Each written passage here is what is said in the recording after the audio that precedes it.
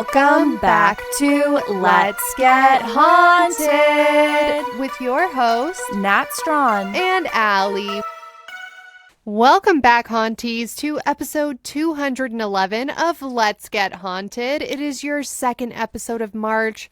We are so happy to be back with you today, bringing you another very wild and crazy haunting that hopefully you've never heard of before. But before we get into that, we've got to do some housekeeping. Nat, you're in labor right now. Yeah, it's early labor. I don't want people to get excited about it because it could go on for days. And I personally don't want to get excited about it because it could go on for days, you know? It's like when you really have to pee and you're on a road trip and there's 80 miles until you're at your house, and you know that if you really freaked yourself out about it, you could just piss your pants, or you could just hold it together and be in an hour I'm gonna be at my house and I can just park my car and I can just run inside and pee, and it's gonna be so much better than stopping at a gas station and there's all these weird people and then maybe someone follows me home and murders me. That's how I feel about early labor. But to get real gross with you guys, I already lost my mucus plug and I've had a bloody show, and supposedly I'm at 3 centimeters dilated, which means a doctor can put 3 fingers in my cervix and feel the baby's head. That's good. What's crazy though is there could be any number of women just walking around this planet right now with a 3 centimeter hole in their vagina with a baby's head pressing down on it. Look, I'm trying to be cool about it. I understand. It's normal. It's natural, but it doesn't feel good. It makes me cringe. Majesty of childbirth. It's horrible. It's horrible. This is the shittiest fucking design. It's like the Twin Towers weren't made to fall when the plane hits at the right angle. You know, it's like a mistake. The way that we have children, I think, is a huge fucking mistake on whoever's was in charge. You heard it here first on Let's Get Haunted. Childbirth is worse than 9/11. Yeah. Well, let me tell you, my goal for this episode is to get you into early labor so we can pop that sucker out and you can be on the mend. I'm so ready. I also picked something that I think has some themes that you may enjoy as well. So let's see, at the end of the episode, maybe tell me if you see why I picked this episode and whether or not you enjoyed it. And if you didn't enjoy it, just lie to me, because this is 10 pages. So here we go.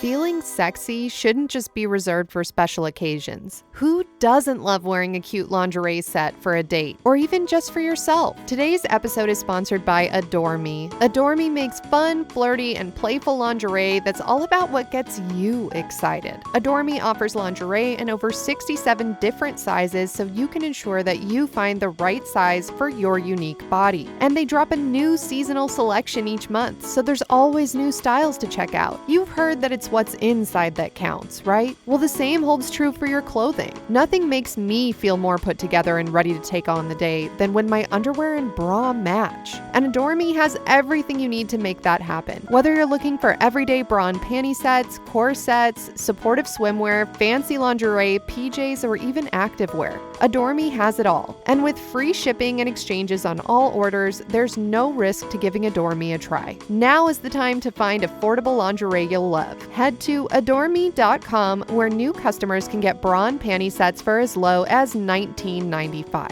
Exude confidence and sexiness without spending a fortune. Again, that's adoreme.com, where new customers can get bra and panty sets for as low as $19.95. And now back to your regularly scheduled haunting.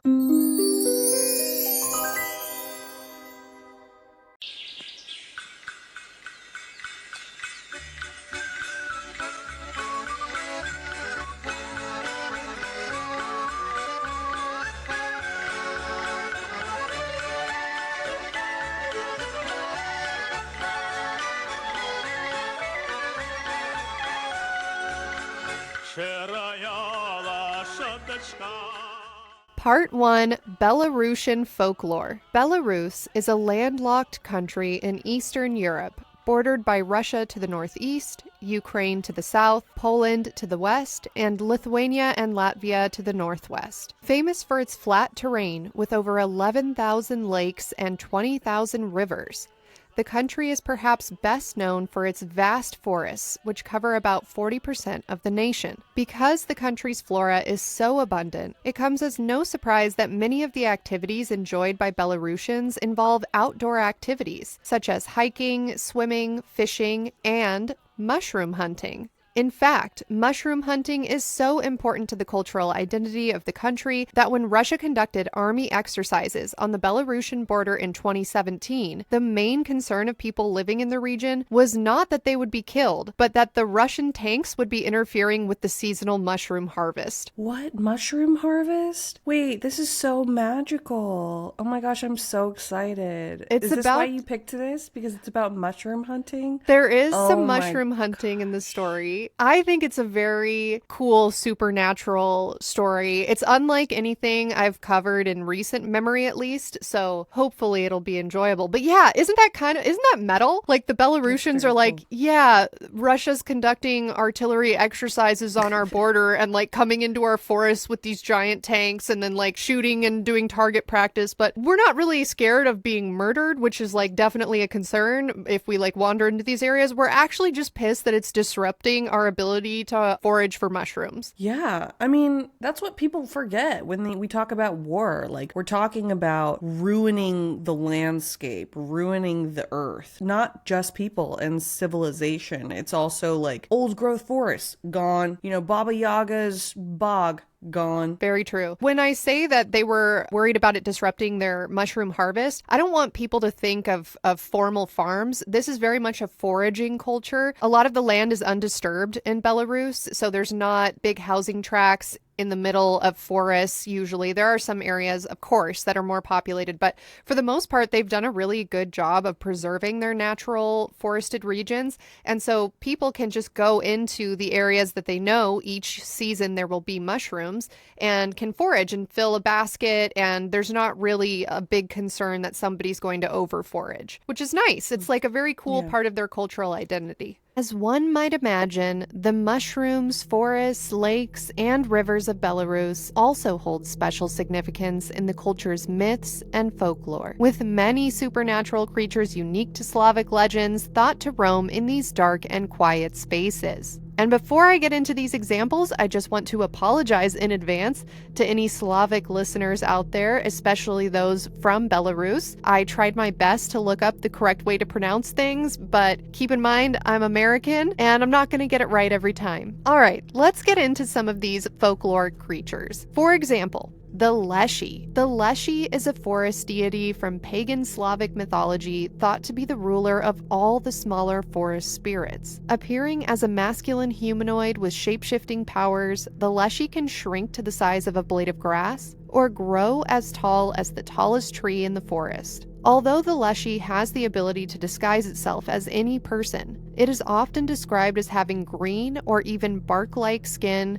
glowing eyes, and is sometimes also depicted with a long beard, unkempt hair, or even with twigs and plant matter growing directly out of its body. Leshy is known for leading travelers astray, making them lose their way in the forest by changing paths or creating illusions. But Leshy isn't all bad. He is also said to whisk away children that are being abused by their families, taking them in as his own to live forevermore among the forest-dwelling folk. Some variations of Leshy's story say that in order to appease him, one should leave offerings like bread or tobacco at the base of a tree before entering a forest. According to the book Spirit Beings in European Folklore 3 by author Benjamin Adams, those who wish to invoke or summon a Leshy may do so by cutting down several birch trees, placing them in a circle with their tops in the middle, standing in the middle of that circle and yelling loudly, "Grandfather!" Another way to supposedly summon a Leshy, according to the website vamzzz.com,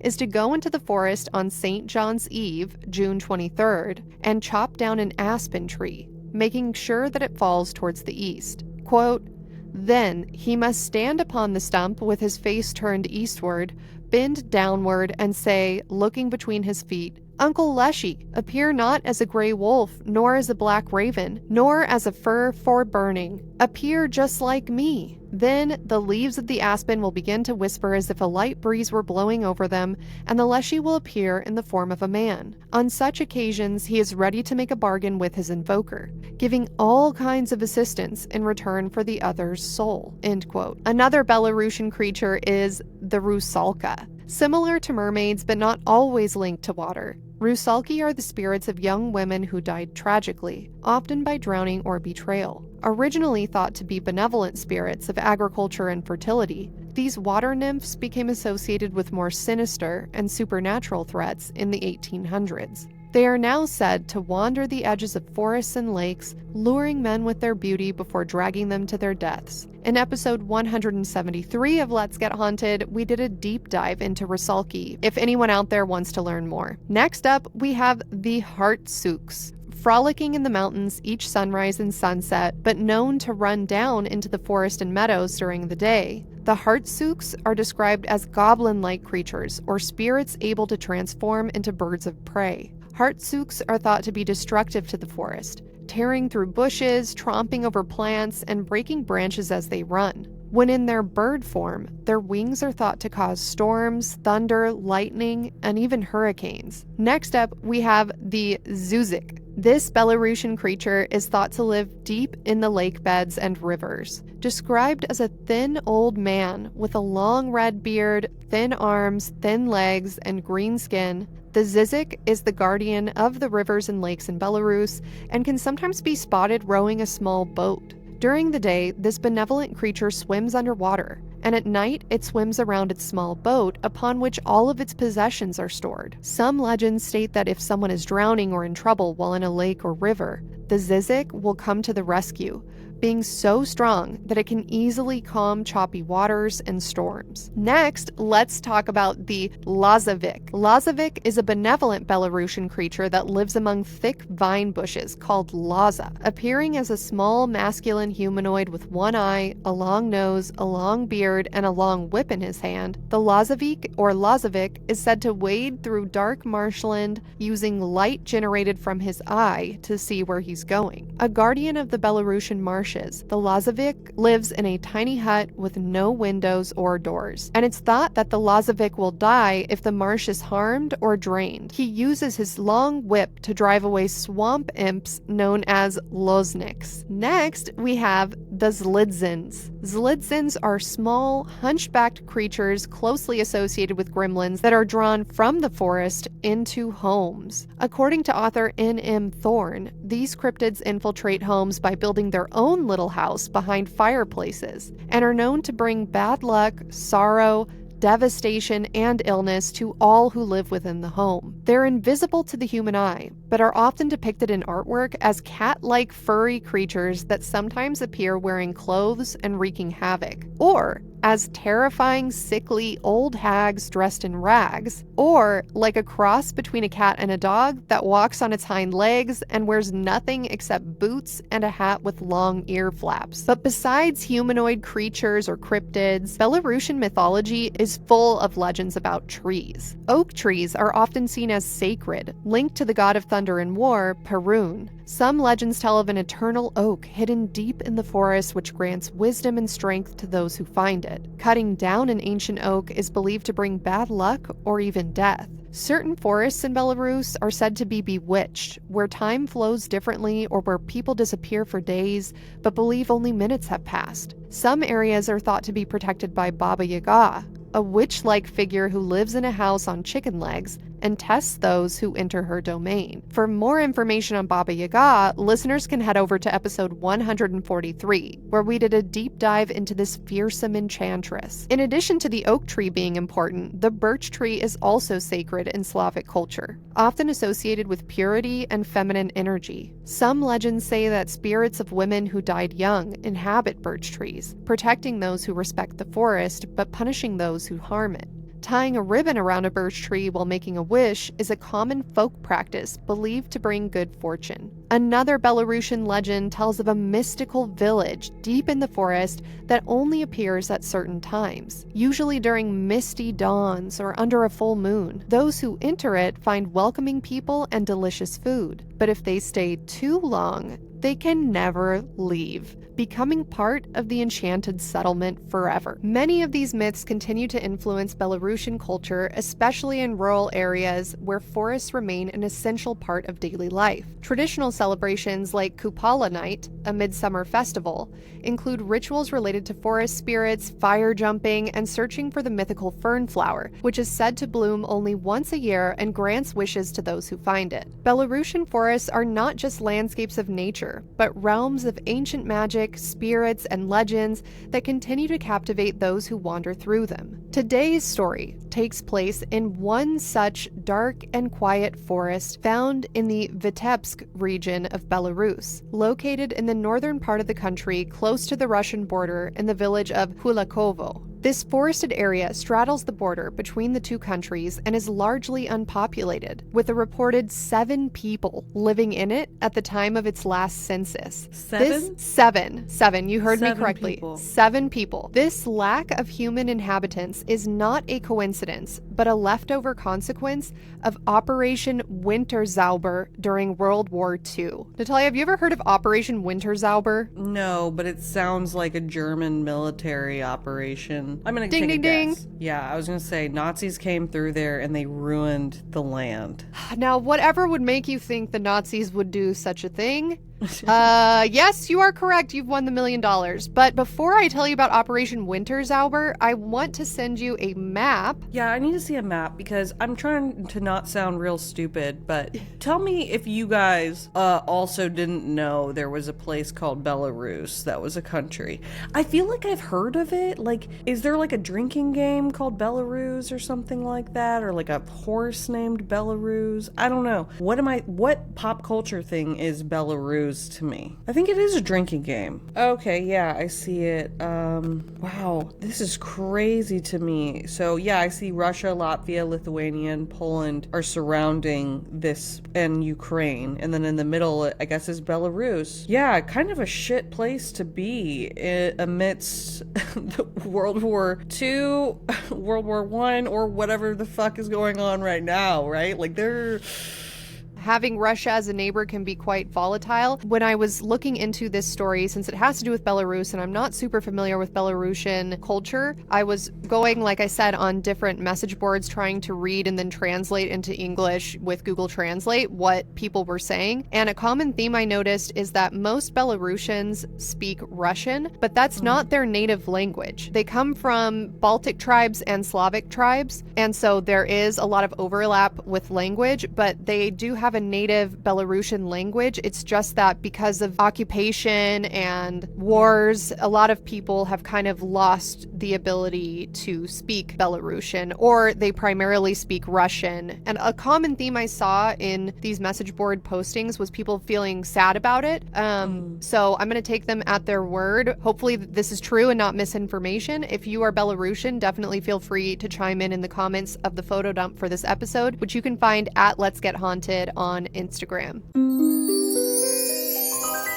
Springtime is so close, yet so far away. And over here in my neck of the woods, it's been rainy, cold, and gross. When the weather isn't cooperating, sometimes it's nice to treat yourself and get toasted. I mean toasty. That's why Nat and I both joined First Leaf, a wine club that delivers our favorite types of wine right to the door. When it's hot, I like a nice crisp white wine. When I'm at brunch with my friends, I take a bubbly rosé. And when the weather outside is trying its best to be my 13th reason, I like a nice full-bodied red to chill me out and warm me up. One of my favorite parts about my First Leaf subscription is how easy it is to control my delivery schedule. I get to choose when my wine ships, so I always have bottles on hand for hosting friends and family, and I don't have to worry about porch pirates stealing my booze before I can get to it. First Leaf gets to know your specific wine preferences, so every shipment you get to unbox a new selection of bottles you're guaranteed to love. And if for some reason you don't love a bottle, it's not a problem, because First Leaf has a 100% satisfaction guarantee. To get started, all you have to do is head to First Leaf's website, answer a few questions about what you like to drink, and bam! Curated wine that will make you look cultured and sophisticated delivered right to your door. So go ahead and treat yourself with wine from First Leaf by heading to tryfirstleaf.com/haunted to sign up, and you'll get your first 6 hand-picked bottles for just $44.95. That's tryfirstleaf.com/haunted. tryfirstleaf.com/haunted. And now back to your regularly scheduled haunting. Part 2, Operation Winterzauber. Natalia, you guessed correctly. Translated to English as Operation Winter Magic. Winterzauber was a military operation carried out between February 15th and March 20th of 1943. The German-backed effort aimed to create a depopulated zone of about 20 miles along the Belarusian-Latvian border, knocking down homes and forcibly removing people from the area in the hopes that it would create a quote-unquote dead zone. During World War II, Nazi Germany sought to occupy all of Eastern Europe, including Belarus and Latvia. As with many countries that Germany occupied during this time, there was no shortage of resistance fighters, dubbed partisans, who were conducting guerrilla warfare against the occupying forces.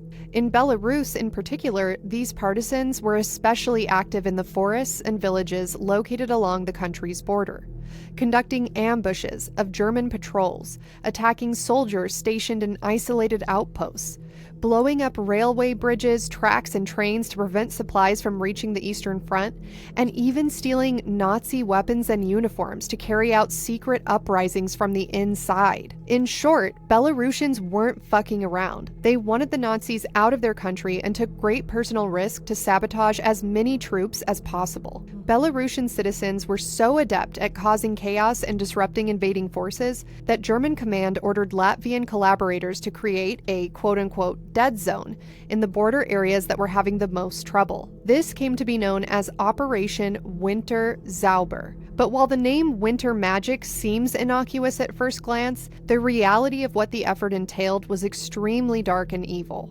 People weren't simply asked to leave their homes. They were executed, placed inside their homes covered in straw and set on fire, their bodies acting like kindling that would eventually burn down their entire property. In the book, Hitler's Bandit Hunters, the SS and the Nazi Occupation of Europe, author Philip Blood notes that documentation shows that the Nazis even intentionally lit people on fire while they were still alive, and would laugh and watch as the so-called partisans burned to death. Those who survived the initial onslaught, most of whom were women and children, would then be death-marched on foot in tough winter conditions to small makeshift camps. Those who stumbled along the march would be shot, their corpses left to rot in the forests.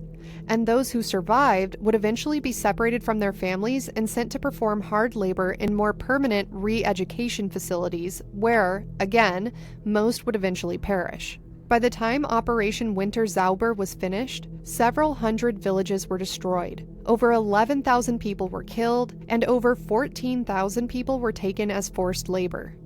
The most well-documented example of one of these raids comes from a 10-year-old survivor of an attack on the Latvian side of the border on the hill Apsukalni. The survivor, named Valentin Marcinkiewicz, recalled the following details about the massacre. Quote, "We gathered and were led along the road, crossed the river, and there on the tanks, the SS and the dogs. They drove us to the village Kulakovo. Women and children were placed in the local school, men inside the barn. Then the interpreter tells us and 2 other families who were sitting nearby to leave. At the porch, there was a sled. We sat down in it, rode 30 meters, and we saw that the school was now on fire. It was first doused with gasoline and then fired on with incendiary bullets. The barn with the men was then also set on fire.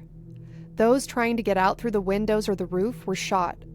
Women began to scream, and the policemen took the whip and began to hit hard and scream, 'Be quiet or we'll shoot you.' According to Wikipedia, Valentin further recalled that, quote, they were then transported by train to Salaspils concentration camp. No food or water was given to them during the transport, and small children died along the way. At one train stop, they asked passersby to please throw snow through the windows into the train coach so that they could finally have something to drink. End quote. Oh man, I don't know how I keep learning like more about the Nazis and just how bad they were, but like it's crazy because I feel like at least in the school that I went to, a lot of world history was devoted towards World War II and talking about how depraved the Nazis were, just because it's so macabre. I think people are interested in talking about it, right?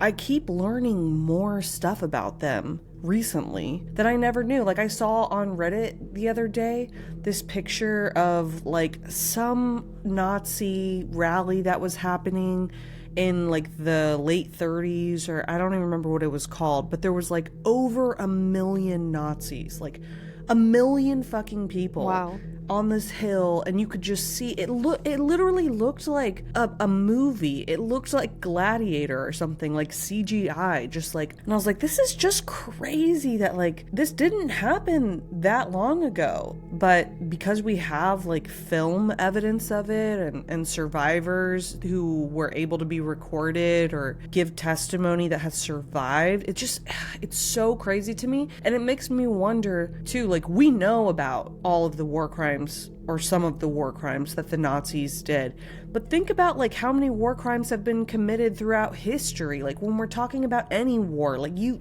think those people like in biblical times were like, oh no, like we're gonna be good to the people that we just caught because that's what we're about. Like, no, I'm sure they did terrible stuff too.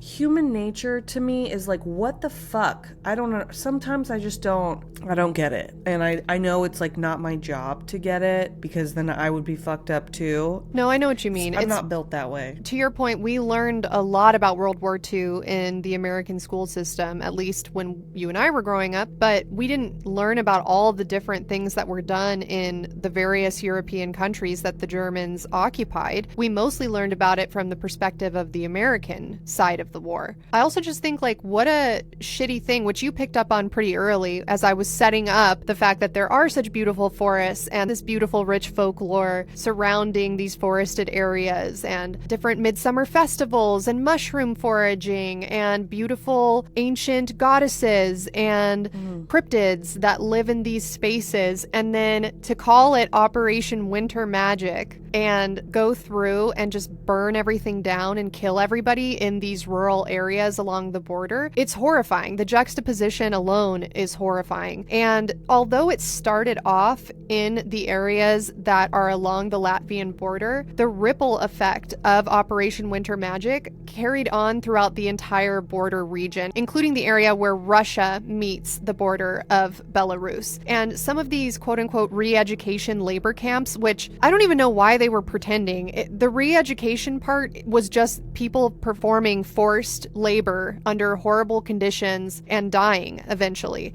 But a lot of those re-education centers were also along the border. So not only did you have people moving out of these quote-unquote dead zones forcibly, but you also had people being relocated to other dead zones that were just re-education labor camps. So, as I said earlier, today's story takes place in the dark and unpopulated, quiet, forested region of Belarus, near the very Russian border where Operation Winter Magic was carried out some 82 years ago today. The area where today's haunting takes place is a region where, as I said, only 7 people were reported as living in at the time of the last census. And in the 82 years since the Nazi massacre, the burned remains of homes and corpses have since disintegrated, now covered by rich landscapes filled with coniferous trees and bountiful mushrooms. This story, which was first publicized by authors Ilya Butov and Evgeny Shaposhnikov in June of 2017, was first made popular in 2024 when a Slavic Redditor going by the username Emilios260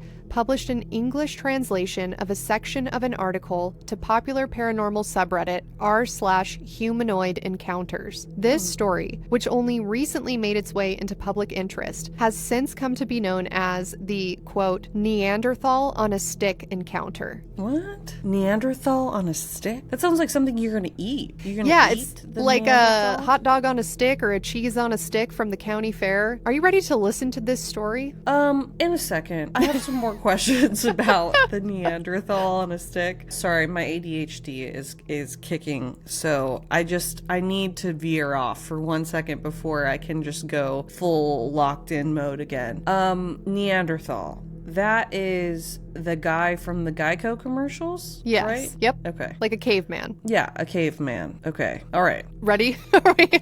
Was that it? Okay. All right. I used to never have to worry about my hair. She was strong, shiny, resilient, thick. Then one day, she suddenly wasn't, and I had to quickly get up to speed on hair health and hair care to save her. On this hair journey, I've tried every possible thing you can think of, but one of the most surprising solutions to getting my hair right was changing up the pillowcase I sleep on. And that's where this week's sponsor comes in, BLISSY. See healthier skin and hair in just weeks with BLISSY's pillowcases, which are made of luxurious smooth silk that's soft on your face and hair, not rough like cheap satin. BLISSY pillowcases also eliminate frizz, preserving hairstyles, and protecting color-treated hair. They're dermatologist tested and recommended and clinically proven to not clog pores, unlike cotton. They're antibacterial, hypoallergenic, and naturally cooling and breathable. They were even voted the most loved gift of 2024. Featured on Live with Kelly and Mark, The View, Oprah Daily, and Good Morning America with over 3 million sold, you really can't afford to not invest in a BLISSY. They even come in fun prints and colors, and they're always updating their inventory, so you can find the perfect gift for a loved one or just something special for yourself. Because you're a listener, BLISSY is offering 60 nights risk-free plus an additional 30% off when you shop at blissy.com/LGHpod. That's BLISSY.com/LGHPOD and use code LGHPOD to get an additional 30% off. Your skin and hair will thank you. And now back to your regularly scheduled haunting.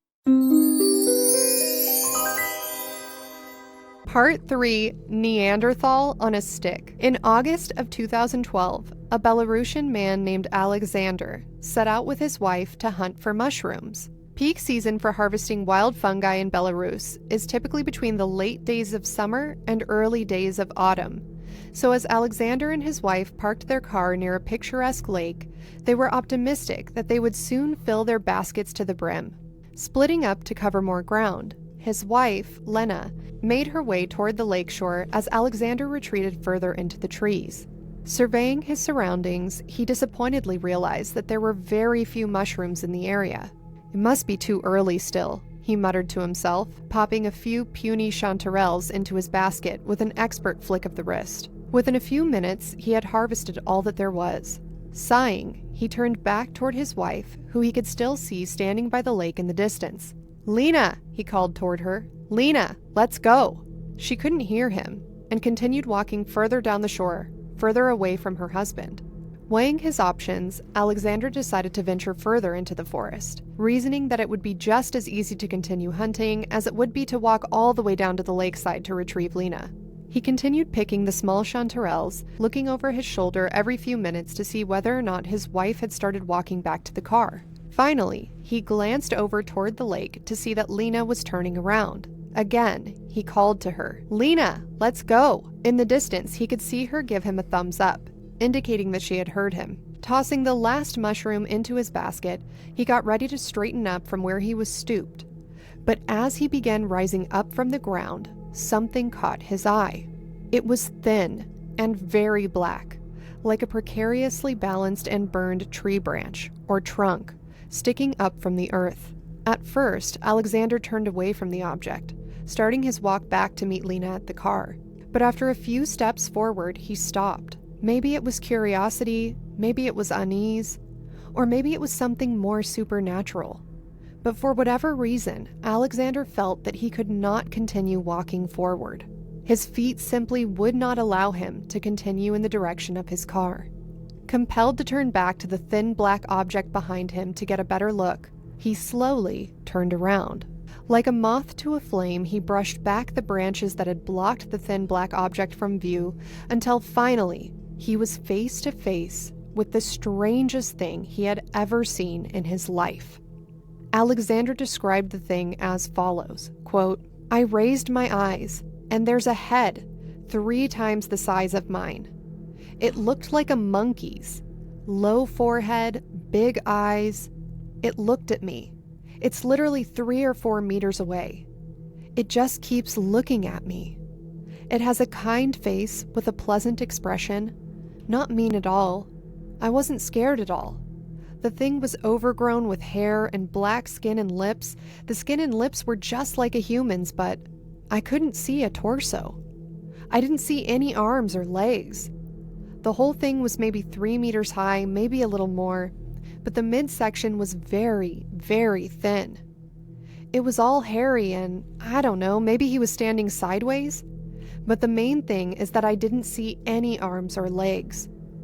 I steeled myself to try to talk to it. It looked intelligent. But all I could manage to say was just, wow. Then, just like that, as soon as I said, wow, it disappeared instantly. It did not hide behind another tree. It did not walk away. It just simply disappeared into thin air before my eyes. After a while, my wife came over and we left. After this encounter, I had a long streak of bad luck." End quote.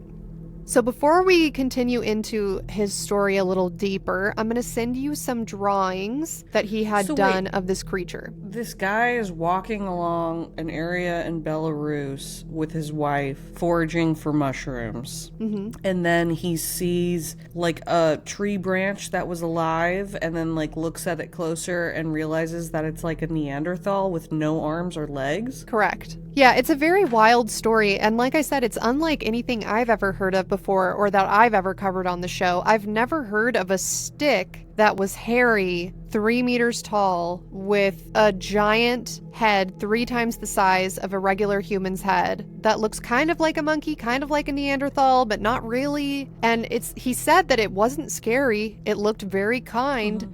And it was just staring at him. And then he tried to talk to it. He was like steeling himself, like getting ready to talk to it and make contact. But he was so shocked that all he could just say was, wow. And as soon as he spoke, as soon as the word wow leaves his lips, the creature just disappears in the blink of an eye, like vanishes into thin air. And this guy posted this to Reddit, or this guy like had a story that was in Russian and then someone translated it and posted it to Reddit? The second one. We're going to talk a little bit about where this article comes from in a moment, but this article was published to a Russian language website, and they went out and they interviewed this guy. They heard about his story. They went out and interviewed him. As we're going to learn in a minute, he ended up taking them to the location where this encounter occurred, and this kind of just sat online for years until somebody who frequents r/humanoid encounters, who speaks Russian, stumbled across it online and decided to post the article there and then also translate a section of the article for people who might be interested. This is crazy looking. This is like literally crazy looking.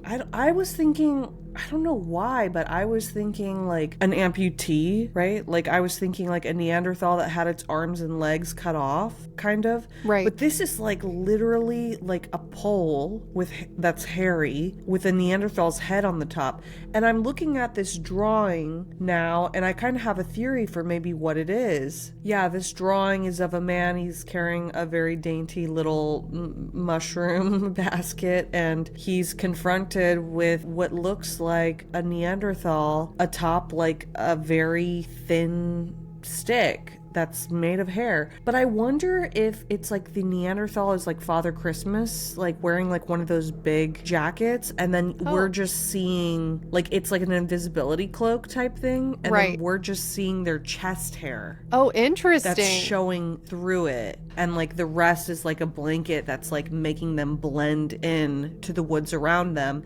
And then that's why it was able to disappear in a second when the guy was like, wow. It just like took its little cloak and put it over its head. head. That's interesting. I actually don't have that under any of the theories sections, so that is very interesting. It's not actually a stick. It's like you're seeing the Neanderthal cryptid thing's neck down all the way, like their body. You're seeing their body hair. It's a pretty strange picture, and explaining the aftermath of his encounter, Alexander told the interviewer that he went into work the next day and talked to his supervisor about it. His supervisor, who is a chief engineer, which I assume they mentioned in the article to say that this is like a very educated, serious man. Rather than being put off by the unsettling tale, Alexander's boss simply said, "That doesn't surprise me," and went on to explain that he had heard many different stories of hikers and mushroom foragers coming into contact with odd creatures in that particular tract of land. Years after his 2012 meeting with the Neanderthal on a Stick, as he described it, Alexander would agree to be interviewed at the insistence of his family by the website ufo-com.net, a Slavic website that aims to document supernatural phenomena in Eastern Europe. After his interview, Alexander agreed to take the journalist into the woods where he had seen the creature 5 years earlier. The incident had left such an impression on him that it was easy to remember exactly where the stick-like being had revealed itself to him. The journalist then took photographs of the area and noted the following characteristics. Quote, "This most unusual humanoid was seen near the crossroads of several different roads in a coniferous forest in which there was quite a lot of trees with strangely curved trunks. Not far from this place there is a lake, and the curve of the tree trunks were pointed toward this lake as if caught in a whirlwind or vortex. Separately, it is worth noting that there were several tree branches that appeared to have been manipulated into the shape of an X, and which Alexander felt may have been used as an improvised dwelling or shelter for the humanoid." So let me send you some pictures of what this looks like. I wonder if this Neanderthal is like a Bigfoot, because in the Dead Internet Theory episode, we had on a guest who was like a Bigfoot expert, I guess you could call them, and they were talking about how big feet make these kind of like lean-tos with the foliage around. You're totally right. Yeah, and that's something that this article brings up, is that the Bigfoot phenomenon, which we have not done an episode on yet. We actually did, here's a little tasty morsel of gossip, we did one in like 2020, and then we had a guest on the show and they like ruined the episode, so it never saw the light of day. Basically, one day we'll do a Bigfoot episode. But yeah, a lot of people think that the Bigfoot phenomenon extends past the idea of a physical cryptid, and that maybe whatever people are seeing, these kind of weird humanoid hairy creatures, are something else entirely. Like not a physical, rabbit or animal, but a weird trans-dimensional time-traveling creature or something. Okay, these pictures I'm seeing, it looks like, coniferous forest. Not old growth, though. The tree foliage looks relatively young. And there's two guys that are just kind of like look like they're standing there looking around, and then there's like this X shape thing, and it's kind of weird. It looks like a tree has fallen and then maybe another has fallen on top of it, or perhaps they're growing that way. I can't tell just based off of this picture. And then I don't know what the last picture is supposed to be. There's like forks in these trees. Is that what it's supposed to be highlighting? I guess there's a large number of trees in this area that have these twisty, curved trunks.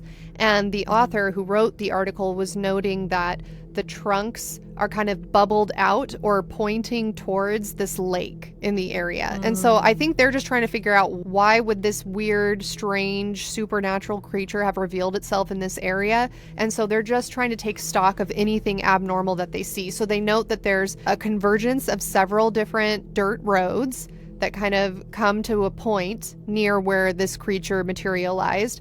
And there's also this large number of trees that have these weird trunks that bubble out towards a lake. And there's also a few areas where it looks like someone has lashed together some small branches into an X shape. This lake is haunted, obviously. Seems like it. So now we're going to get into Part 4, the theories. Theory number 1, which you already said, is that this creature was a Bigfoot. The article posted to ufo-com.net includes a brief interview with a man named Igor Burtsev, a self-professed expert on Yeti and Bigfoot. And he said that he believes that the creature Alexander saw in the woods was some kind of Bigfoot or Yeti. He says that the evidence of the improvised dwellings and tree branches placed in X formations is consistent with other Bigfoot sightings recorded around the world. The article also goes on to say, quote, "As for the unusual shape of the creature and its sudden disappearance, Igor Burtsev was not at all surprised by this. According to him, reports of such cases were also repeatedly registered by various researchers in the area. One of the last, according to author V.A. Titova, happened to her in the Ramensky district of the Moscow region in June 2015. In the future, we at ufo-com.net plan to survey the local population in the villages adjacent to this forest and check the information about the presence of a certain cave on the shore of the lake, which is an object extremely uncharacteristic for the Belarusian landscape and therefore almost always generates various legends around itself. If possible, we will also install camera traps or game cameras directly near the place of this mysterious meeting." End quote. While I could not find any updates about whether or not the authors were able to carry out these experiments, the article was later updated with other encounters of Belarusian Yetis, which I've done my best to translate from Russian to English with the help of Google Translate. So here are the other encounters that this website has posted underneath the Neanderthal on a Stick encounter. Quote, "There have been occasional reports of encounters with tall, wool-covered wild men, though historical records mention only a few cases from Poland and Lithuania. In 1661, Polish author Jan Radwicz described an incident in which hunters in the Lithuanian Grodno forest drove out several bears, among which was a wild man, a 13 to 15-year-old boy covered in thick hair who could not speak. Captured and taken to Warsaw as a gift for King Jan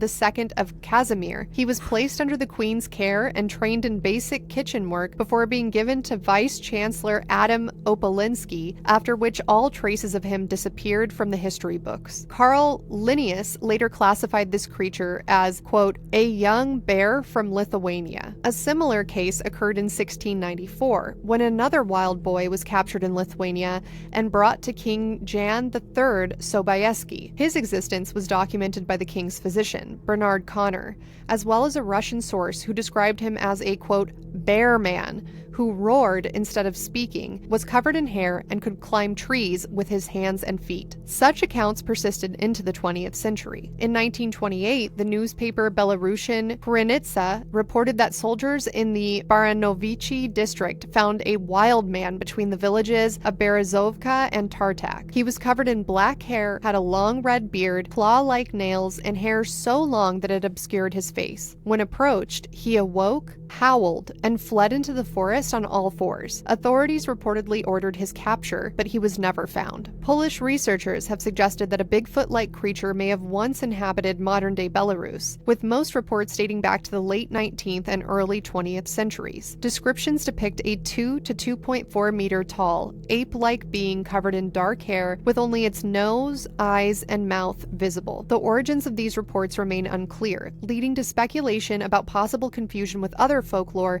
such as Belarusian mermaids. One account describes mermaid-like beings with long hair and large breasts who did not speak but wept continuously until released. Another likened them to small monkey-like creatures that swam in the waters. Additionally, cryptozoologist Anatoly Sidorenko recounted an early 20th century incident near Belarus in which a peasant, while roasting meat, encountered an almasty, or a wild humanoid. The creature observed him, then returned moments later with a frog, roasted it over the fire, ate silently, and then disappeared back into the forest. Expeditions Do people eat frogs like that? Is that like normal thing? Well, this is supposedly a Bigfoot, like a Yeti creature, humanoid, covered in hair and fur, that just saw some guy roasting meat outdoors and then went up to him with a frog and roasted it there and then took it and left. Which, like, my question is, how long did it take to roast the frog, and what was the guy who was roasting meat doing doing while this weird monster was roasting the frog? Like, is he just frozen in fear? Like, holy shit, don't move. Wait until the Bigfoot leaves. That's cool, though. The Bigfoot was like, oh, okay, you got a fire going. Like, this seems like a nice place for us to just vibe together, you know? I'll get my frog. Let's go. It also, I think, indicates more intelligence than we're used to with cryptids because it didn't steal the meat, which, like, if I was a wild animal and there was meat roasting on a spit, I would just take that, right? Like, why would I bother to go grab a frog, come back with it? And then the ability to roast it himself makes me think maybe it was just like a hobo, you know? But like in ancient times, they were just unsure. Yeah. Yeah, it seems kind of like maybe it was a wild man. An old-timey hobo with a can of beans over his back in a bandana walking along a train track. That's what that reads like to me, not like some weird supernatural Santa Claus with an invisibility cloak and his dick out, you know? Expeditions in Belarus have recorded sightings of massive humanoid creatures, some reportedly reaching up to 10 meters in height. One such account comes from a 2014 interview with A.V. Rusinovich, who described a towering figure seen on a moonlit night after World War II. The witness estimated its height to be around 10 meters before it vanished into the distance. In the early 1970s, a tractor driver in the region of Moser reported seeing a hairy man hiding in the bushes while fishing, though details are scarce. In 1984, renowned Belarusian archaeologist L.V. Duchits heard a village report of an elderly woman, 3 meters tall, carrying a bundle of brushwood near the forest in the Miorsky district. Two notable cases were widely discussed in Belarusian newspapers during the 1980s. On April 22, 1983, a 10th grade student named Yuri Malitsky encountered a 3 to 4 meter tall humanoid covered in thick, dark brown to black fur near a sand quarry in Dushkovo, Minsk region of Belarus. The creature had a massive head, no visible neck, long arms and legs, and a heavy-set build. A second case on July 6, 1989, in Rakov, Minsk region, involved children at a summer camp who spotted a mysterious bipedal creature. Though descriptions varied wildly, with some estimating it between 3 to 4 meters in height and others claiming it was 25 to 30 meters in height, other descriptions remained constant, such as the creature being humanoid, ape-like, and covered in fur. One eyewitness, Ruslan Lutskin, described it as a 3.5 meter tall gray-brown hairy giant with a large human-like head, no neck, small eyes, no visible nose or ears. In early July of 2008, in another encounter, teenager Evgeny Mukilich from Kovali village saw a 1.5 meter tall, monkey-like humanoid covered in black hair with long arms reaching to its knees. His mother and other villagers also reported seeing it, with one man attempting to confront the creature with a pitchfork before spotting it perched in a birch tree. Later, it was allegedly seen in a local garden. While investigators could not debunk the story, they leaned toward a natural explanation and remained critical of the sighting despite the fact that dozens of people in the village reported seeing it. In 2010, along the Belarusian-Ukrainian border, a hunter, simply known as the letter S, reported seeing a 3 meter tall humanoid through a night vision device while waiting in ambush for wild boars. He referred to the figure as a Leshy, or a forest spirit. The incident was documented by students who promised to report similar sightings, but no further updates followed. In 2013, Igor Burtsev, the same cryptozoologist who was consulted for the original article we read, received testimony from a man going by the name Nikolai, who described encountering a massive 5 meter tall humanoid in a Belarusian forest. Originally from Kazakhstan and having spent time in prison, Nikolai had visited Belarus frequently since the early 1990s. He and a group gathered around a fire near a particular area where locals had previously experienced eerie events, such as horses panicking in the night for no reason. That evening, they heard movement from the forest before a massive, hunched figure emerged from the dark brush. Even in a crouched position, it stood at 3 to 3.5 meters tall. Nikolai, sensing danger, whispered to his companions to be cautious. As the creature took a step forward, it turned its head without moving its shoulders, revealing large, round, glowing red eyes with cat-like pupils. Nikolai estimated that if it stood upright, it would probably reach 5 meters in height. capable of carrying a cow under its arm. Wow. Overcome with terror, he fled, leaping several meters at a time. At the moment of escape, he had a sudden realization about a tape recorder that he had left by the fire. Nikolai later returned to grab the tape recorder, avoiding eye contact with the towering creature, which he says was still there. He yelled for everyone to run, and the group fled to a nearby railway embankment, pausing to catch their breath. Nikolai called it a giant, while the others he was with either claimed to have not seen it, to have only heard it, or to have not been sure what it was at all. This account, along with others, suggests that reports of tall humanoid creatures, ranging in height from 2 to 10 meters, occasionally surface in Belarusian forests. While some cases may be explained by feral children, hoaxes, or simply attention seekers, others remain more difficult to interpret. Notably, the site of Nikolai's encounter was already considered a quote-unquote bad place by locals, aligning with other witness reports who described the same area as haunted or fear-inducing. Nikolai, why did they do him like that? Why were they like, he was from Kazakhstan and he did some jail time? Like, why did they leave that in there? I can't figure it out either. Well, here are my ideas.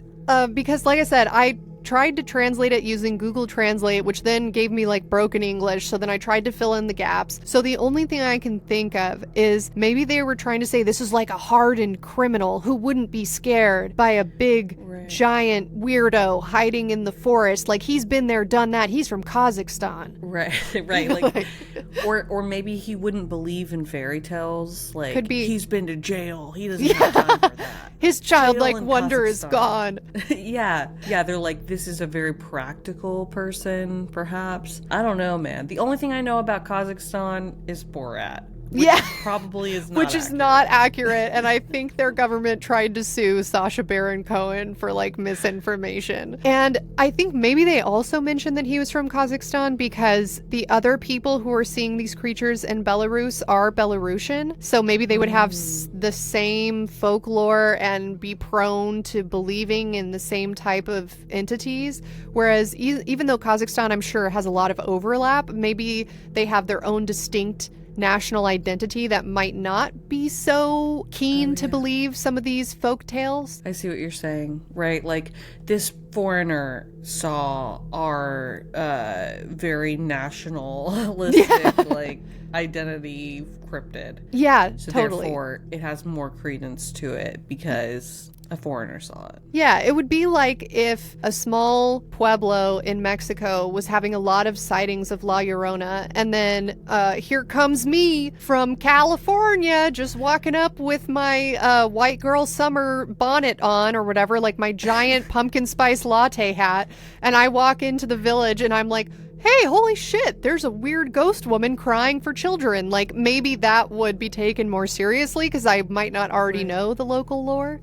I see what you're saying. Okay, good. Just wanted to make sure. All right, so the article concludes by raising a question about whether the so-called Belarusian Yeti, which is so prevalent in the folklore of the forested regions of Belarus, is a tangible entity, or if it's a psychological phenomenon influenced by cultural archetypes and media exposure. Given the improbability of such a massive creature remaining undetected for long, skepticism remains. However, a thorough analysis of the evidence suggests that people really are seeing something that they describe as a Neanderthal, Bigfoot, Yeti, or wild man lurking in the Belarusian forests.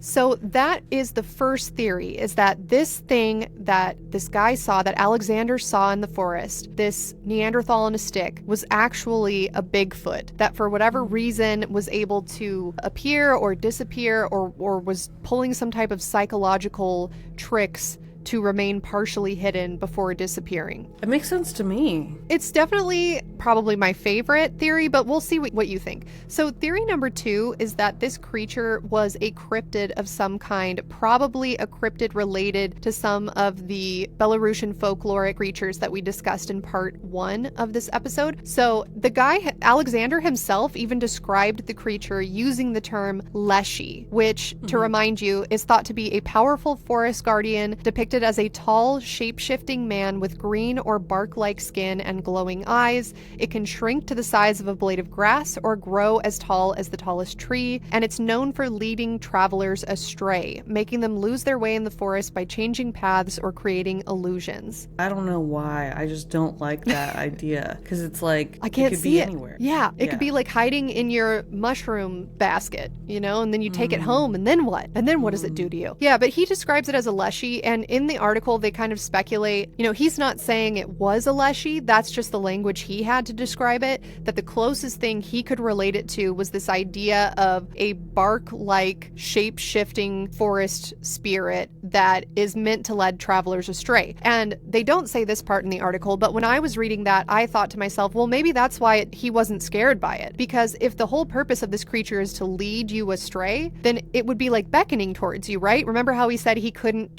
go back to his wife at the lake? Like he felt cemented in the spot and he had to turn around and go see what it was. And then he saw it and he was like captivated and, you know, he didn't feel scared. He was just like shocked and then it disappeared. Maybe it was going to start leading him astray, but then for whatever reason, it didn't continue on. It did lead him astray. It got him to go away from his wife. So it's like mission accomplished a little bit. Speaking of which, if you ever are in Belarus and want to cheat on your wife, all you have to do is say a leshy led you astray. And I don't know, I just woke up at this other woman's house. It must have been a leshy. What a night.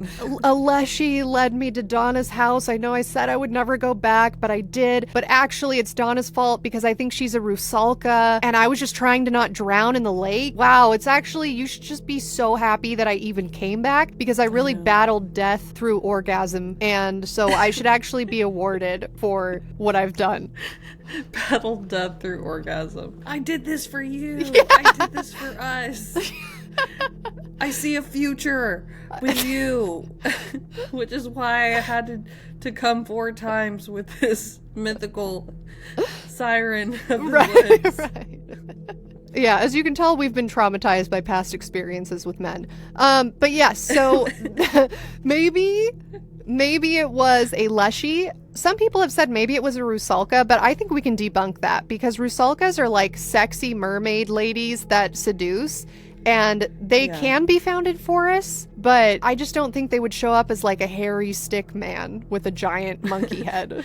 Yeah, I don't think it matches up. The hairy stick man is not giving like seductress, you know? And a big part of rusalka is that they're supposed to be sort of like alluring and sexy. Yeah, it's not giving I want to be part of your world. So I think we can debunk that one. Other people have said that it could have been, it's called a Zlydzens, and I'm sorry, I know I'm butchering all these pronunciations, guys, but I'm doing my best.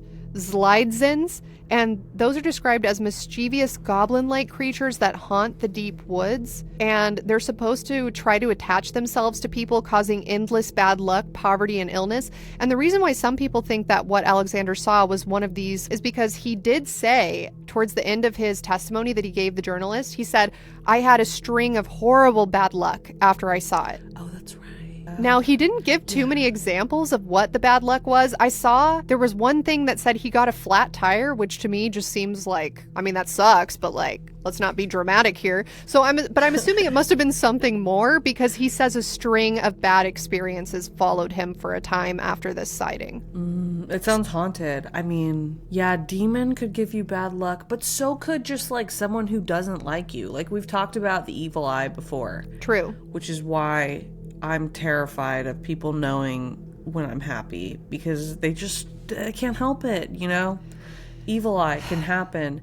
And so maybe it's like that. Like you start telling all your friends, like, I was on a camping trip in Belarus and then I saw a hairy stick man and then I wrote an article about it and it got published and then it got translated into English and now people think I'm really cool.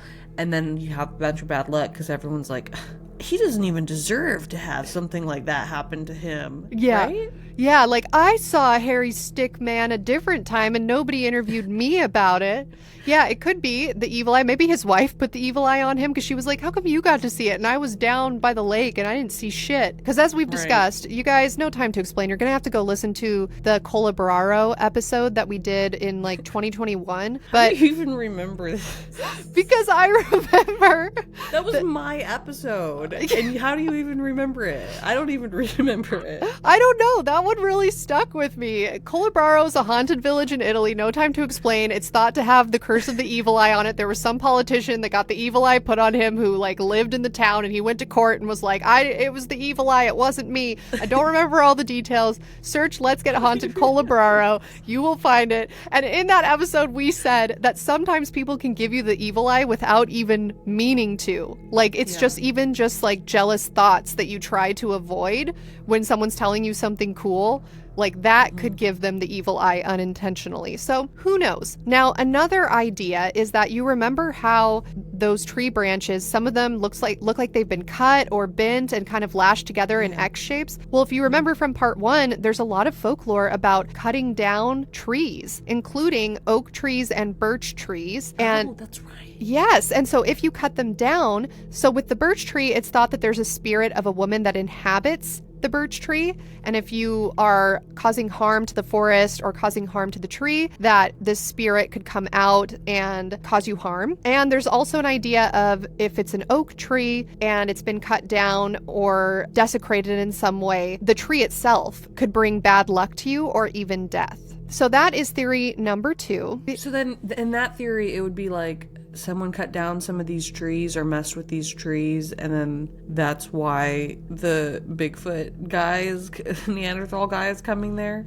It just seems unrelated. I don't know. Yeah, I mean, look, we're talking about Harry Hagrid on a pole, so I don't know. I mean, how much do we want to suspend our disbelief? You guys tell me in the comments. I'm sure someone will be like, that's so dumb. There's no way that the X could have caused the bad luck. It's way more likely that a rogue rusalka fucked a Neanderthal and then this was its cursed offspring. So I don't know. You guys can tell us. But yeah, I agree. It seems far-fetched, perhaps. So now we move on to theory number 3, which is that what Alexander saw in the forest and what all of these people, including the ex-convict Nikolai and all of the other people that have claimed to see these Bigfoot-like creatures in the forests of Belarus, that what they have actually met with is an alien, and that the memory of seeing the alien has been replaced by some vague humanoid-like figure that they have then rationalized and chosen to remember as a Bigfoot, since that already exists in the regional folklore.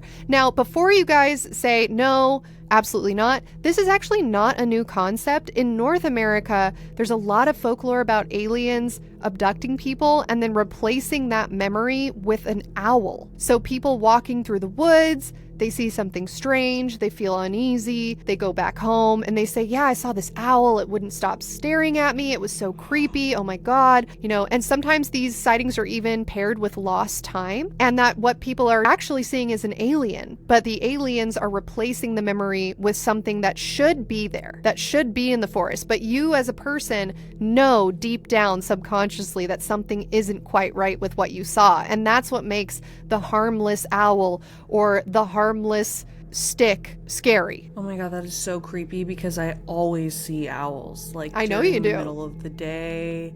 Like, and then I always like take videos of them or pictures of them and put them on Patreon. Like, look guys, I found this owl. Oh my god. So you're telling me like it could be an alien replacing my memory. And then you know what's so creepy is that there's one that like is on this tree branch all the time outside of my laundry room, like staring at me. And that just makes me want to cry. You're being surveilled. And I'm always like, aren't they nocturnal? And it's just like out during the day looking at me. Yeah, I think you're being surveilled by a member of the Galactic Federation. I don't know what law you broke, but they're making sure you don't break it again. That's what I think. Makes sense. Makes sense. So we're on board. This could be a possible theory. Now, theory number 4 is that what Alexander met with was residual energy or a ghost left over from Operation Winterzauber or Operation Winter I like Magic. that one, but why wouldn't it be like a Nazi ghost or like a ghost of like a child who was burned alive or something? Why would it be this like Bigfoot guy like on a stick? So people who believe in this theory think that what he saw looked the way it did because, he described it as like a plank of wood that was burned. He said he thought it was burned, that it was burned black. Oh. And then when he went back to look at it closer, he thought, well, maybe it's actually fur. So maybe what he saw was some type of residual energy or ghost of someone who died in one of these fire burnings or home burnings that happened in the area by the Nazis. And it's like the face of this person is somehow fused with a plank of charred wood or a tree branch that got burned. And now it's kind of like this macabre creature, ghost-like entity that just kind of floats there. And people say maybe this explains why it disappeared in the blink of an eye. He blinked and then it was gone. And why it didn't speak to him, because many people believe in stone tape theory, which no time to explain. You got to go back and listen to our episode we did on Le Loyon if you want to hear about stone tape theory in depth. But basically the TLDR is like ghosts don't have their own thoughts and feelings. They're just like a tape recording of something horrific that has scarred the land. Okay. Yeah, I don't like that one. I like to think that maybe the Nazis went there because it was like a magical place and they were like, this is really gonna hurt these people's feelings if we go mess up their magical place. And then like that's why it's literally called Winter Magic or whatever they were calling it. And the thing is too, so I was like Googling, I was reading, I was like doing keyword searches on books on Google Books, trying to figure out why it was called Winter Magic. And nobody knows for sure. The guesses that I saw was people saying, oh, well, maybe they were just trying to name it something that sounds super fun and happy so that they could like freely speak of it in public. They could be like, hey, what platoon are you assigned to for Operation Winter Magic? And somebody who wasn't in on it wouldn't know what you were talking about. And then other people think it was darker, like, again, no time to explain, but Natalia did an episode once about Nazis in Antarctica, which you can Google, Let's Get Haunted Nazis in Antarctica. And in that episode, you taught me, I didn't know this, that the Nazis were super into the occult and they believed they were part of a magical race. They believed that they were entitled to do what they did. And now when I say the Nazis believed this, what I mean is like the higher up people really believed this. Yeah, there's like, they thought that they were part of an alien race, like from the center of the earth. You told me about a lot of people involved in the Nazi party thought this. So maybe Operation Winter Magic was some sort of dark magic ritual where they were going into this beautiful forested region that already is thought to hold a lot of energy, a lot of creatures, ghosts, cryptids, spirits, goddesses, gods, commit such atrocities that they can then harness that power. Now, this was an unhinged theory. I found like 75 threads deep on an Angel Fire website with a lime green background and pink text. So I don't know. I am simply relaying the information that I had to read to all of you. I mean, I kind of understand what you're saying. It could be a ritual of some sort. Like maybe those people burned were like an effigy or something, or some sort of, I don't know. I know the witches, a sacrifice, or the Wiccans are all going to be up in arms if we say like it's a witchcraft. That's not what I mean. It could be some sort of ritual that we don't understand, or some sort of spell, something, right, that they were trying to do. Also, what year did this winter magic go down? It was like 1943, from February 15th to March 20th of 1943, and the forced labor camps carried on well past that. So this was towards the end of the war, and this was when Hitler was already like addicted to meth. Again, no time to explain. The episode on Amo Koivunen, where he like escaped. Can't remember what that one was called, the Nazi meth fueled saga or something like that. We talked about Pervitin, which was this pill that the Nazis were giving out, which was literally just meth, and it changed the face of the war because it's meth. I mean, like, people can do so much more. Like, their soldiers could stay up, they didn't need to sleep, they became like superhuman. And a lot of people think that Adolf Hitler became addicted to it because there's all these videos of him at the Olympics and stuff, and he's like shaking and he just starts acting rocking more back erratic, and forth, and he's giving off big tweaker vibes, you know? So it could be too that like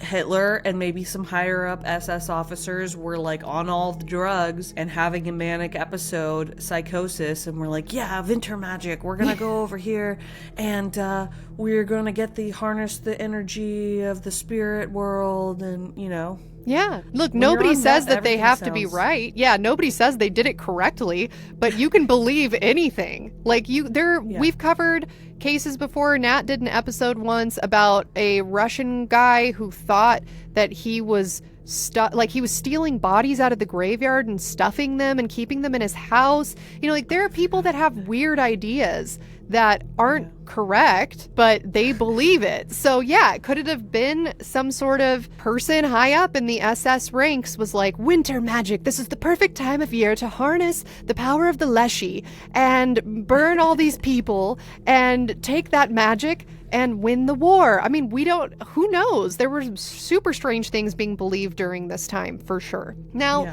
the final theory number 5, is that all of these people are just hallucinating. Every time they've ever seen a Bigfoot creature that they describe as being 7 feet tall, 9 feet tall, 10 feet tall, 11 feet tall, 12 feet tall, 13 feet tall, 14 feet tall, that this is just a hallucination. Now, this is the part that I think is probably going to piss you off, and hopefully you could explain to people why this isn't true. A lot of people say, well, there's so many mushrooms there, and so maybe they're trying to harvest mushrooms that are edible, but every once in a while they make a mistake. They end up with a magic mushroom, and they're in the middle of the forest and they have an experience and they think they're seeing a giant creature with a human head on a stick when really they're just looking at a tree branch and they're hallucinating and they think it's talking to them, and then all of a sudden it disappears, but it's really just a hallucination. Natalia, rebuttal. I mean, on the one hand, getting high on certain types of mushrooms does make you feel really connected to nature, and it does make you feel like, yes, there are spirits of the woods and the trees are alive and everything is connected, and there's like an energy that is really threaded in through the universe, and we're all part of this giant organism. Like, you feel less of an individual sense of self and like more like you're part of like a collective organism. You feel like, oh, Earth is like a cell in a body, you know, and there's like all these different parts that are working together, and that's how we are. But I mean, maybe I just haven't taken enough, but like, you don't see a stick man, you know, you don't see Hagrid's head on a furry stick. But again, I've never foraged for mushrooms in Belarus. I don't know. There's all kinds of mushrooms. We did an episode recently, last year, about the fly agave, or the Amanita muscaria mushroom, which is like the one that's red with the little white dots on it. And we talked about how shamans in the Arctic will actually feed those to reindeer, and then the reindeer will get high on them and they'll drink the reindeer's urine because it's so toxic that it'll like kill you, but it also gets you super, super high. So I don't know, maybe there's just certain types of mushrooms that you could have these hallucinations, but then I feel like people would put it together. I think that they would be like, yeah, I got real fucked up on these mushrooms and then I saw Bigfoot. a stick Neanderthal man. Yeah.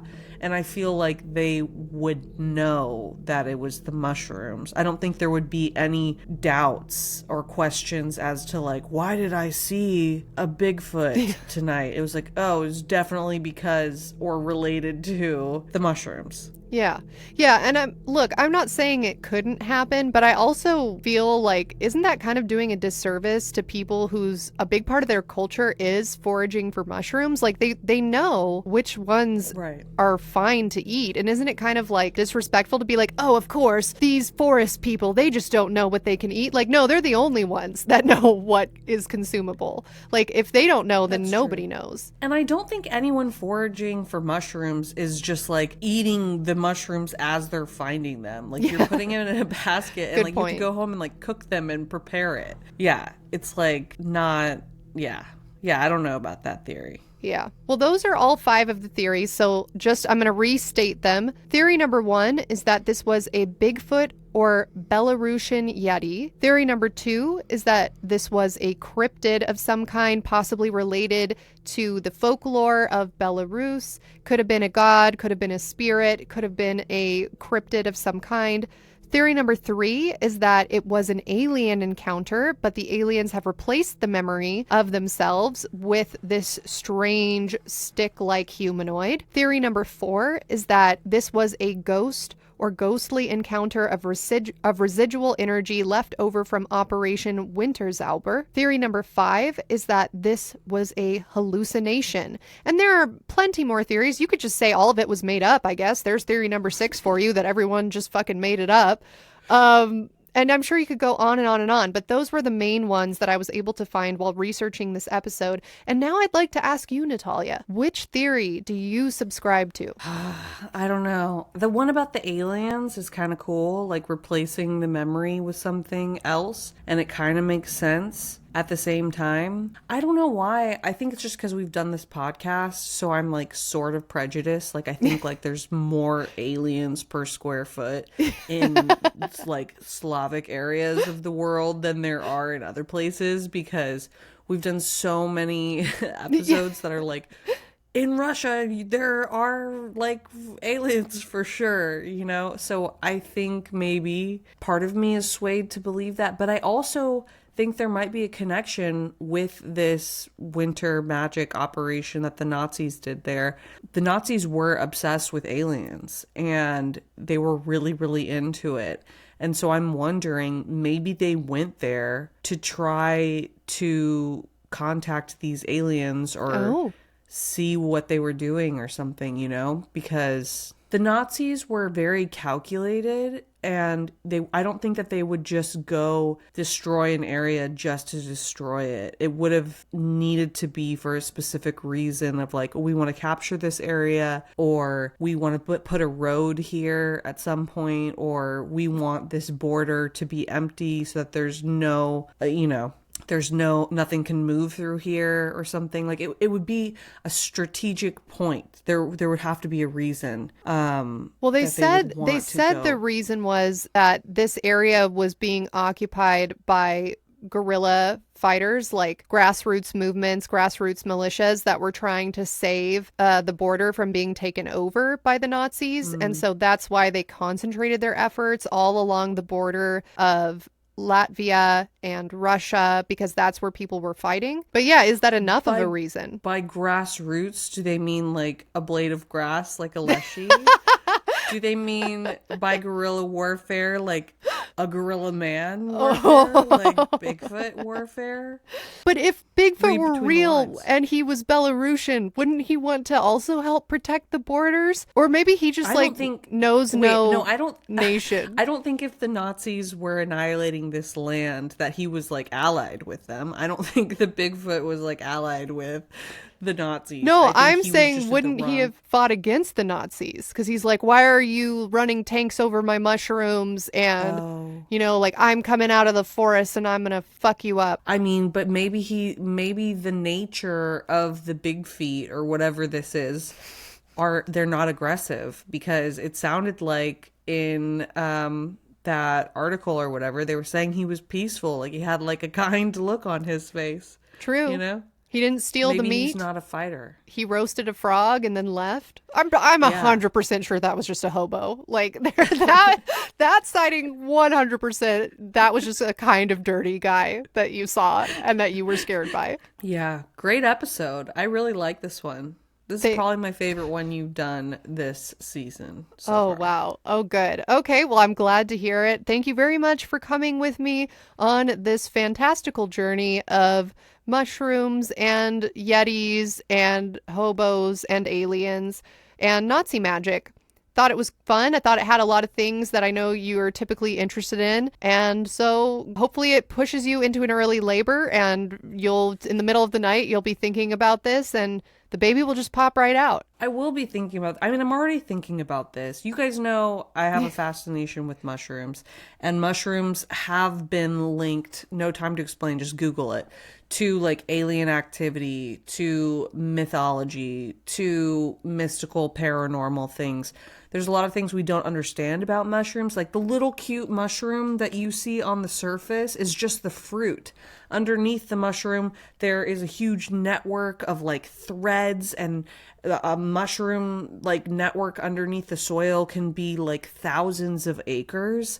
So True. Like if mushrooms thousands of acres all over there to the south are having a drought, then the mushrooms that are part of the network from the north side can send water to the south side. So I don't know, maybe we're lost in the sauce, and maybe the mushrooms are connected to the forest spirits. Or the cryptozoology or whatever. Yeah, maybe it is some sort of network, or I don't know. Yeah, and I also know you like World War II and Slavic legends, so that I didn't just choose it because of mushrooms. You are much more complex than just a mushroom aficionado. But yeah. This really does have everything. Look, you don't want to say you like World War II, because then that makes you sound like you're just a fucking monster. I like World War II history. I'm really into it. I think just because it was documented, like we have video, we have pictures of it.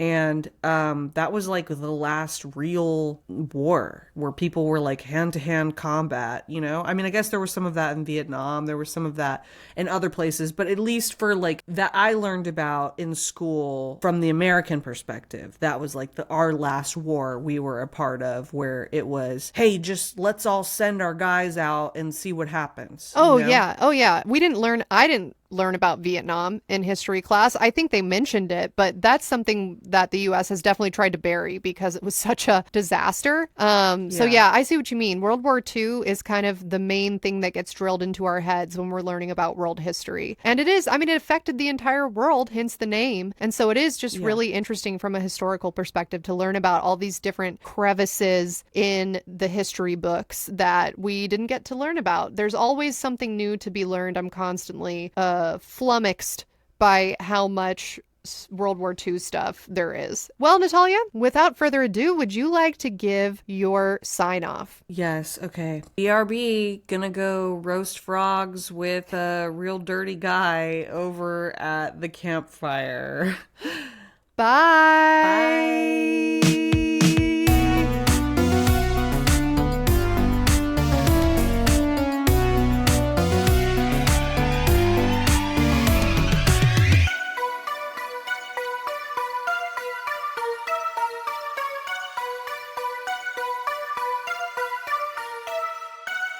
Welcome to the closing credits for episode 211. This episode, we would love to give a warm, heartfelt thank you to our Patreon donors who donated to us in the month of January 2025, letters G through L. If you'd like to become a donor and hear your name shouted out on a future episode, head over to patreon.com/letsgethaunted, where you will not only get a shout out, but you'll also get access to episode extras, mini-sodes, personal hauntings, extended intros, live streams, and much, much more. This week, we'd like to thank Gabby H, Gathy with a G, Ghost of 7-Eleven, Grace K, Grace M, Grandma Painter, Greg A, Haley C, Haley L, Holly L, Hannah B, Hannah M, Hannah M, Hannah R, Haley G, Haley A, Hexylvania Snow, Hugo A, I'm Mero Biba, Ileana RN, Ileana RN, Inky Pop Art, It's Kelsifer, Ivan L, Jackie L, Jacob, JD KP, Jaddy KP, Jameet, Jamie F, Jamie P, Jasmine B, Jasmine C, JM, Jamie L, Jen M, Jenna M, Jenna S, Jennifer C, Jenny B, Jenny Squiddy, Jessie, Jim H, Joey and Jessie, Joanna H, Joanna H, Joaquin E, Jocelyn, Johan S, Johan S, Jordan F, Jordan L, Jordan B, Jose L. Krampus, Jose P, Josie J, Jules the Ghoul again, double donor, Julia C, Julia M, Julie B, Julie C, Juliet H, Juliet H, Justin M, Justine D, Kate M, Kaido L, Comma N, Kama N, Karen H, Karen K, Karina C, Karina C, Carly K, Carly M, Kat and Alice the Malice, Catherine P, Katie, Katie Cat, Katie T, K to the Win, Kayla M, Kayla P, aka Kayak, Keese P, Kelsey, Kelsey K, Kelsey L, Kelsey H, Kendra, Kimberly F, Kindred and Amber, Kinsley M, Kittenish Kate, Corky M, Corey with a K, Kristen K, Lacey M, Laura, Laura the Lauren, Lauren B, Lori, Elsie Fitz, Ladybug 979, Leah R 1991, Leanna BC, Lena, Lena, Lexitronic, Lil Dilda, Lily, Lily Bones, Lily B, Lily Bell, Lily Silly, Lindsay G, Lindsay L, Lindsay M, Lindsay S, Lisa B, Lisa H, Lisa H, Lisa ML, and Luxury Guinea Pigs. Thank you all so much for donating to us in the month of January 2025. We are so appreciative to each and every one of you. We cannot do what we do without your support and help, and we're just so grateful for each and every one of you that makes the time out of your busy schedules to interact with us, whether it's on or off of Patreon, whether it's monetarily or through streaming, whether it's through sharing an episode with a friend or hoarding it all to yourself. It all counts and it all matters to us. So thank you so much. Now, for those of you who have listened all the way to the end of the episode, to hear the secret password of the week that you will comment on the photo dump on Instagram, here's your secret password. You have two options this week. Your first secret password is, I was led astray by a Leshy, and all I got was gonorrhea. Your second password is, Bigfoot knows no nation. See you guys next week. Bye.